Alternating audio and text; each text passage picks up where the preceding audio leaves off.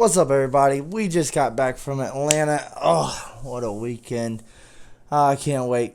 Another episode at the line. Let's get it, dude.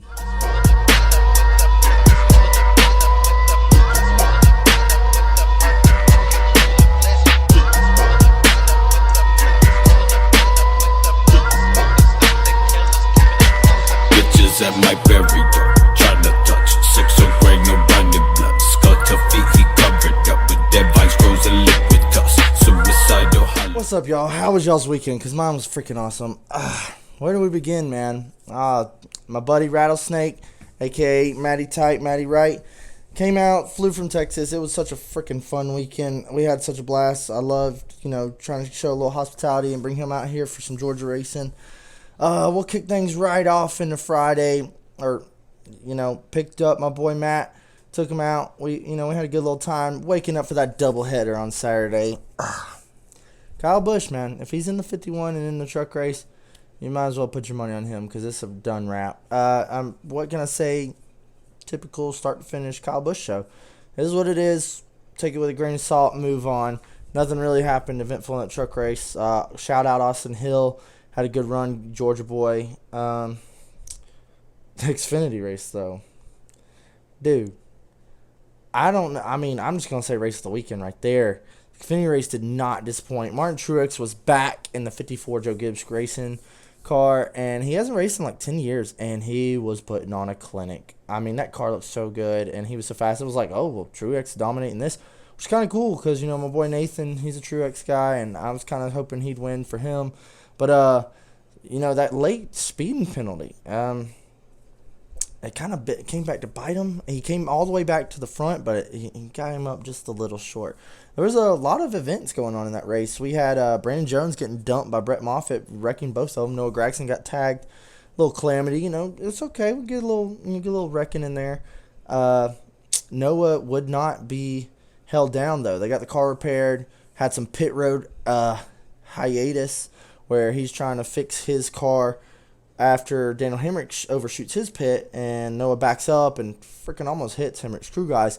But honestly, you can't see nothing in these cars, so was it intentional, was it not? I don't know. You let me know.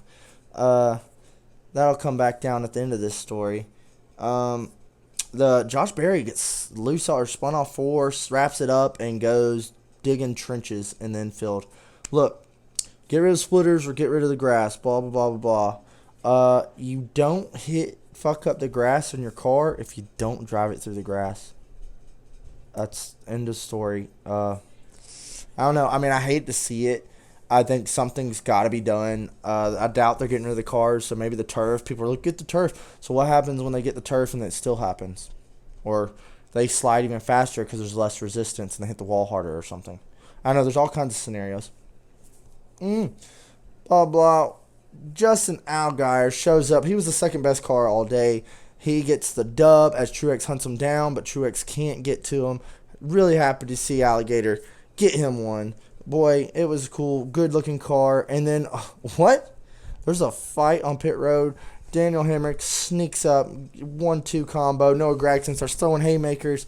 I love it, dude. I love it. We don't get enough of this, and it doesn't happen all the time. But Noah Gragson, sorry guys, is not scared to bang. He will throw punches and doesn't care if they land or not.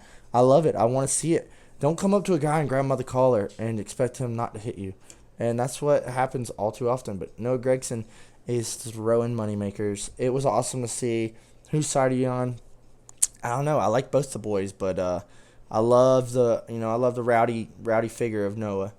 But we got a little too lit on Saturday night, and I'm still feeling it.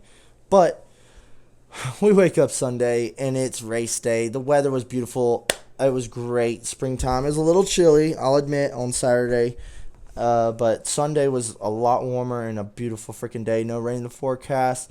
I'm going to throw some clips after this. We changed up on some seats. I got to meet a bunch of my friends from Twitter. It was so awesome. I really didn't expect this weekend to be this freaking tight, but it was. And, man, I loved every freaking second of it. The race kicks off. Guys are freaking running in front. Larson would not be denied. He dominated this race. It was so like, dude, Larson's got this mile and a half thing figured out. I kind of knew he'd be fast because, you know, the old style. He was always fast in the 42 here. Kevin had a piece. Flat left rear, like coming to the start of the restart in the first stage. Bad luck, sucks. He had a really good car. Drove from like one lap down, P25, all the way back up to the top 10 under green. We had no natural cautions except one where Kurt gets tagged into one on a restart. Hate it for him. I like Kurt. But it was an uneventful race, but Atlanta is a racer's racetrack. It was good. It was classic. People saying it was boring on TV, but I guess you just had to be there because I loved what I saw. Had so much fun with all my buds. It was just great to have the whole crew back at the racetrack. You know who you are, man. It was freaking awesome, guys. I loved every second of it. And we got robbed Atlanta last year, and it was so nice to be back. Larson dominates every stage, leading the whole. I think he led like 267 laps or something, an crazy number. It looked like he was going to win, like he's going to be the first double winner of the year. And he gets held up by Joey Logano in some lap traffic. Joey Logano's trying to stay on the lead lap. I don't blame him one bit.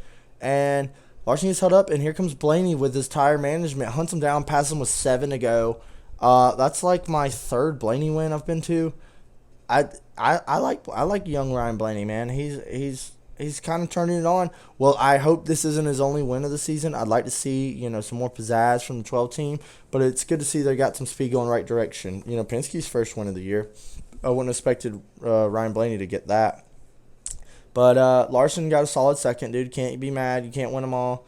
It is what it is. There were some very surprises. Brad Keselowski, Joey Logano were not up front at all. And Chris Buescher got up there for a top 10. Alex Bowman was very fast. And Kyle Busch looked solid, just content in a nice, like, fifth-place car all day.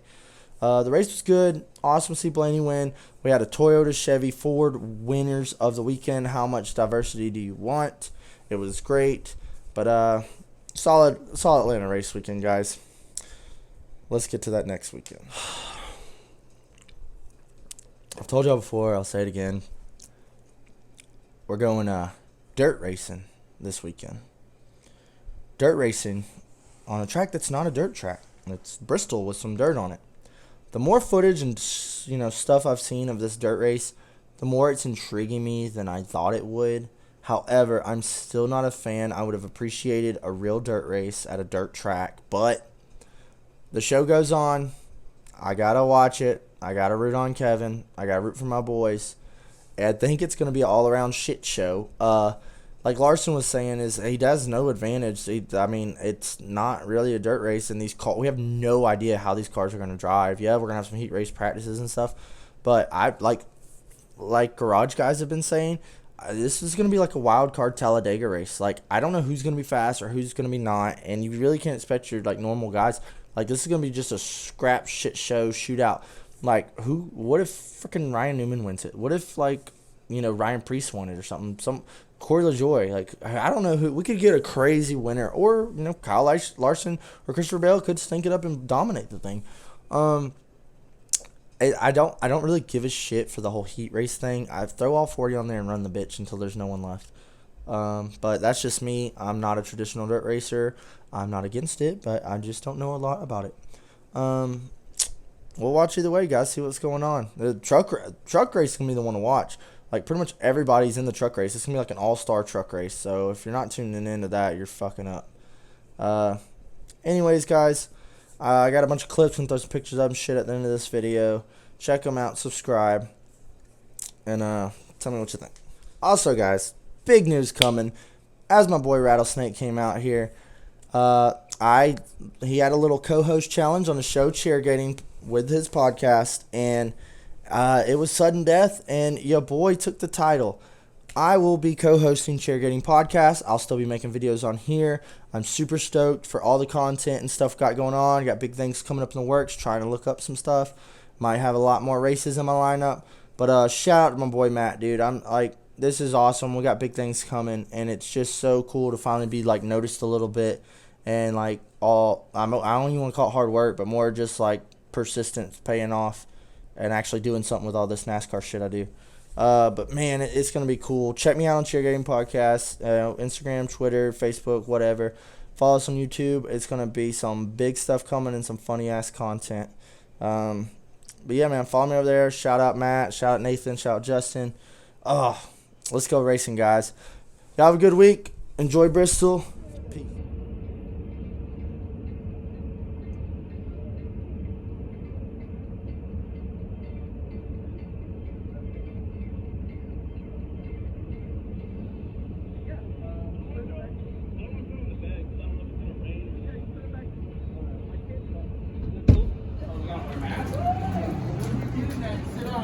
All right, cool, dude. Got it. Thank you. They just want you to have one. Yeah, yeah. She's beautiful. Our air is still free. And if you're planning to pick it,